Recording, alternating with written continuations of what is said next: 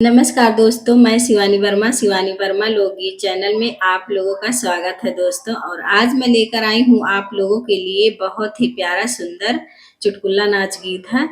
तो आप लोग जरूर सुने इस गीत को, बहुत ही प्यारा गीत है। और बताइए कमेंट बॉक्स में कैसा लगा आप लोगों को। लंबी लंबी केसिया नसीली तोहरी आखिया नजरिया तोहरे लागे, हाय रे छोटी नदी नजरिया तोहरे लागी, हाय रे छोटी नदी नजरिया तोहरे लागी।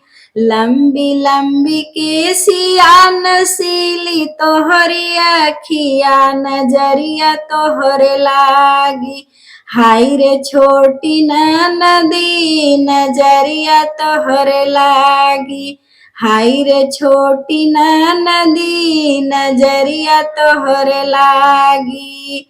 पूर्व के देशवा से आवेला बयादवा नजरिया झरवाइला, हाय रे छोटी नदी नजरिया झरवाइला, हाय रे छोटी नदी नजरिया झरवाइला। बयदवा तो मांगे भौजी 5 रुपया 25 दैरा, हाय रे छोटी नदी 25 दैरा।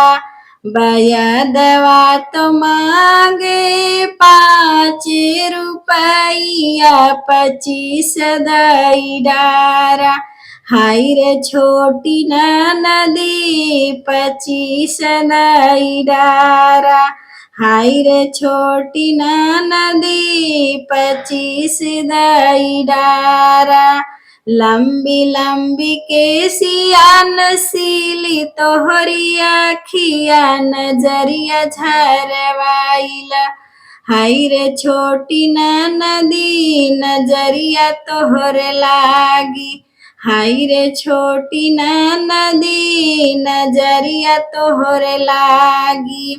पूर्ववाही देशवा से आवेला बभानवा नजरिया झरवाइला, हाय रे छोटी नदी नजरिया झरवाइला, हाय रे छोटी नदी नजरिया झरवाइला।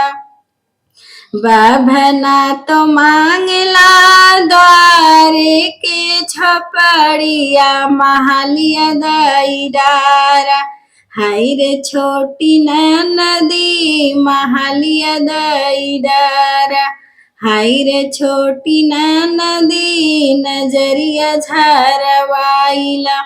लंबी लंबी केसिया नसीली तोहरी आखिया नजरिया तोहरी लागी, हाय रे छोटी नदी नजरिया तोहरे लागी, हाय रे छोटी नदी नजरिया तोहरे लागी। पूर्ववाही देशवा से आवेला फकीरवा नजरिया झरवाइला, हाय रे छोटी नदी नजरिया झरवाइला, हाय रे छोटी नदी नजरिया झरवाइला।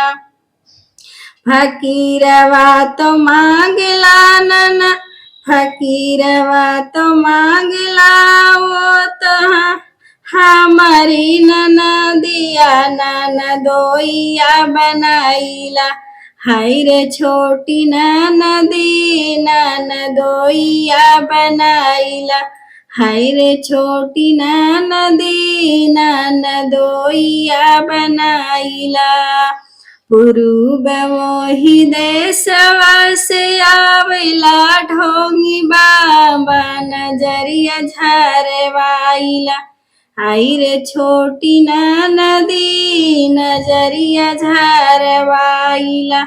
ढोंगी बाबा मांगाई हमारी ननदिया ननदोइया बनाइला, हाय रे छोटी नदी ननदोइया बनाइला। हाय रे छोटी नदी ननदोइया बनाइला। लंबी लंबी केसिया नसीली तोहरी आखिया नजरिया झरवाइला। हाय रे छोटी नदी नजरिया झरवाइला। हाय रे छोटी नदी नजरिया तोहरे लागी। हाय रे छोटी नदी नजरिया तोहरे लागी।